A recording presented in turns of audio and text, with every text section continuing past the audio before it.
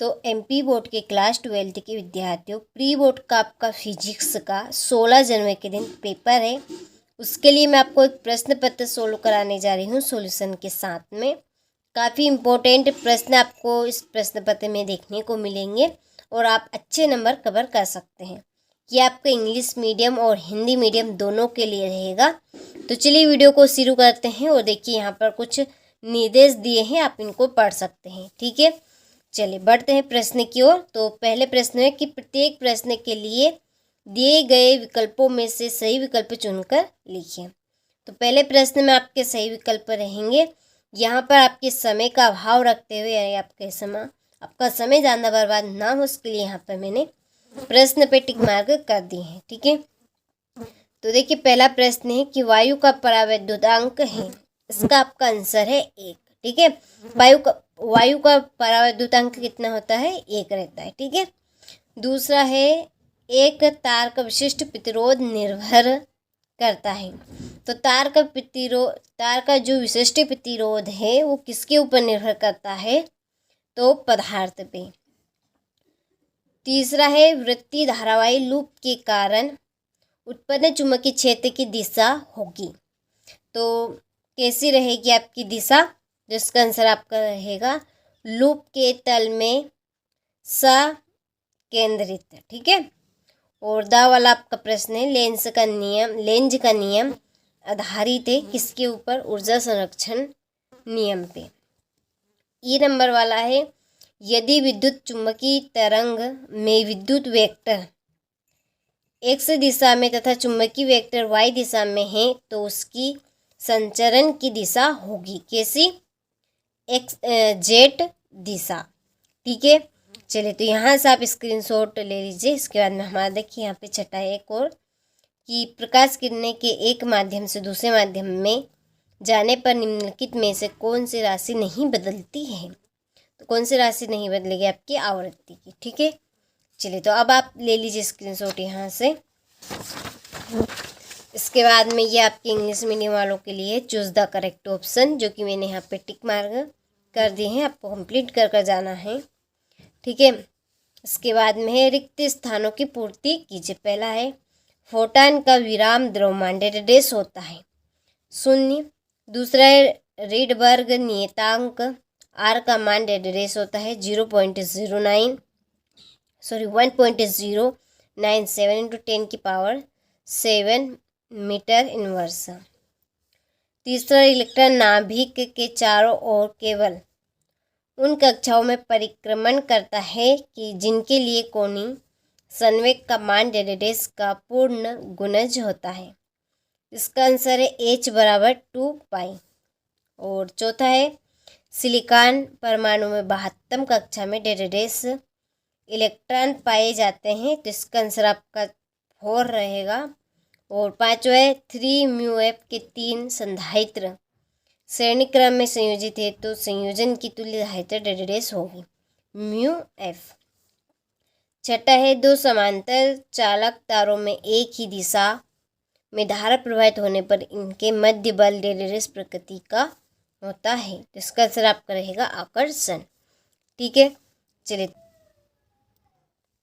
तो देखिए यहाँ पर मैंने इंग्लिश मीडियम वालों के लिए भी fill in the blanks complete कर दिए है। ये आपका छठा यहाँ पे रह गया है, तो इसको आपको कंप्लीट कर लेना है। ठीक है, चलिए बढ़ते हैं अगले प्रश्न की ओर। तो देखिए अगला हमारा प्रश्न है सत्य असत्य लिखिए। पहला है अवतल दर्पण की फोकस दूरी धनात्मक होती है, तो ये आपका असत्य है, यहाँ पे आपको असत्य लिखना है। दूसरा है माध्यम के घनत्व के साथ प्रकाश की चाल में परिवर्तन प्रकाश के अपवर्तन का कारण है, तो ये आपका सत्य है। तीसरा है 2 स्वतंत्र स्रोतों से प्रकाश का व्यतिकरण संभव है, तो ये आपका असत्य है।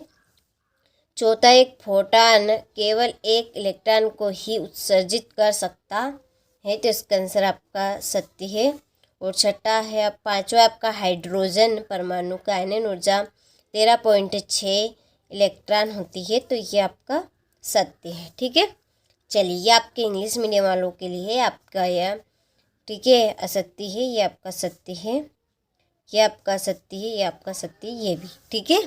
चलिए तो स्क्रीनशॉट आप यहाँ से ले लीजिए।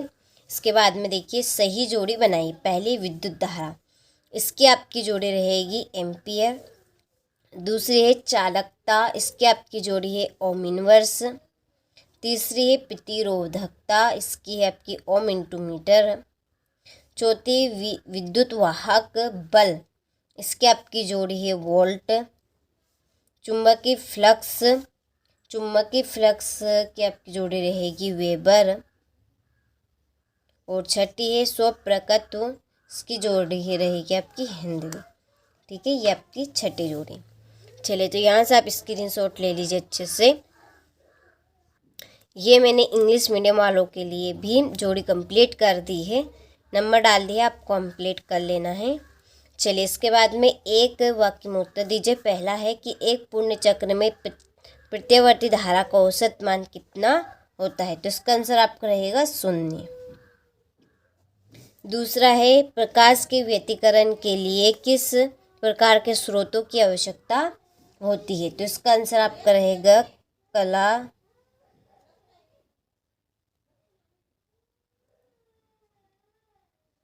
संबंध स्रोत। ठीक है। तीसरा है किसी परमाणु की स्थायी कक्षा किसे कहते हैं। चलिए तो आपका तीसरे का आंसर है कि जिसमें घूमते हुए इलेक्ट्रॉन ऊर्जा उत्सर्जित नहीं होता है। ठीक है। चौथा है सूर्य का प्रकाश विद्युत क्षेत्र अथवा चुंबकीय क्षेत्र से विक्षेपित क्यों नहीं होता है, क्योंकि सूर्य प्रकाश फोटॉनों से मिलकर बना होता है, फोटॉन में कोई आवेश नहीं होता है। ठीक है। चलिए पांचवा है नीले व लाल प्रकाश में से कौन से रंग का प्रकाश प्रिज्म द्वारा अधिक विचलित होता है, तो इसका आंसर आपका रहेगा नीला। ठीक है, तो इसमें आपका क्या रहेगा नीले प्रकाश का।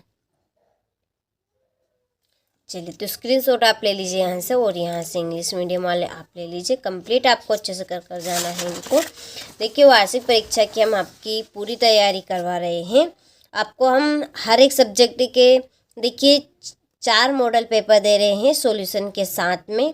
उनकी हमने PDF सॉल्यूशन सहित कंप्लीट कर लिए। एप्लीकेशन में उनको हमने अपलोड भी कर दिया है।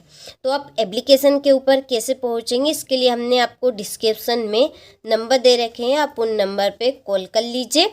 कॉल करने के बाद आपको जानकारी मिल जाएगी आपको कहाँ पर कैसे एप्लीकेशन मिलेगी और कैसे आपको मॉडल पेपर मिलेंगे और उनकी PDF आपको प्राप्त होगी। तो वो सभी जानकारी आपको कॉल करने के बाद मिल जाएगी। ठीक है। चलिए तो छठा प्रश्न है कि एक बैटरी के सिरों को 9 ओम के प्रतिरोध से जोड़ने पर उसके सिरों का विभवांतर 40 वोल्ट से 30 वोल्ट हो जाता है, तो बैटरी का आंतरिक प्रतिरोध आपको ज्ञात करना है। तो ये आपका 2 नंबर का प्रश्न है। और 7वां है एम्पियर का परिपथी नियम आपको बताना है, ये भी आपका 2 नंबर का प्रश्न रहेगा। 8वां चुंबकीय फ्लक्स क्या है, इसका मात्रक आपको बताना है, इसका ऐसा मात्रक। ठीक है, आपका 2 नंबर का है ये भी। उत्तल दर्पण की फोकस दूरी ज्ञात करनी है, प्रत्येक की वक्रता त्रिज्या 20 सेंटीमीटर है। ठीक है, ये आपका सवाल है 2 नंबर का। और 10वां है विस्थापन धारा किसे कहते हैं, ये भी आपका 2 नंबर का प्रश्न है। तो ये आपके 2 नंबर के इम्पोर्टेंट प्रश्न है, आपको इनको कंप्लीट कर जाना है। ठीक है। चलिए ये आपका 13वां प्रश्न रहा। ये 14वां है आपका बायो सेवर्टे नियम लिखिए एवं इसके आधार पर विद्युत धारा के मात्रक को परिभाषित करना है, ये आपका 3 नंबर का प्रश्न है। 15वां व्यतिकरण और विवर्तन में 3 अंतर स्पष्ट करना है, ये 16वां। ये आपका 17वां है PN संधि डायोड की कार्यविधि अग्र अभिनति और पश्च अभिनति में समझाना है आपको। 18वां लेंस निर्माता सूत्र स्थापित, इसकी स्थापना आपको करनी है, तो ये आपका 4 नंबर का प्रश्न रहेगा। ठीक है। इसके बाद में है 19वां प्रश्न विद्युत वाहक बल किसे कहते हैं, इसके लिए व्यंजक स्थापित आपको करना है। और 20वां विद्युत फ्लक्स संबंधी गाउस नियम लिखिए एवं इसके आधार पर एक समान रेखीय आवेश वितरण के कारण विद्युत क्षेत्र की तीव्रता आपको गिननी है, तो ये आपका 4 नंबर का प्रश्न है। ठीक है। तो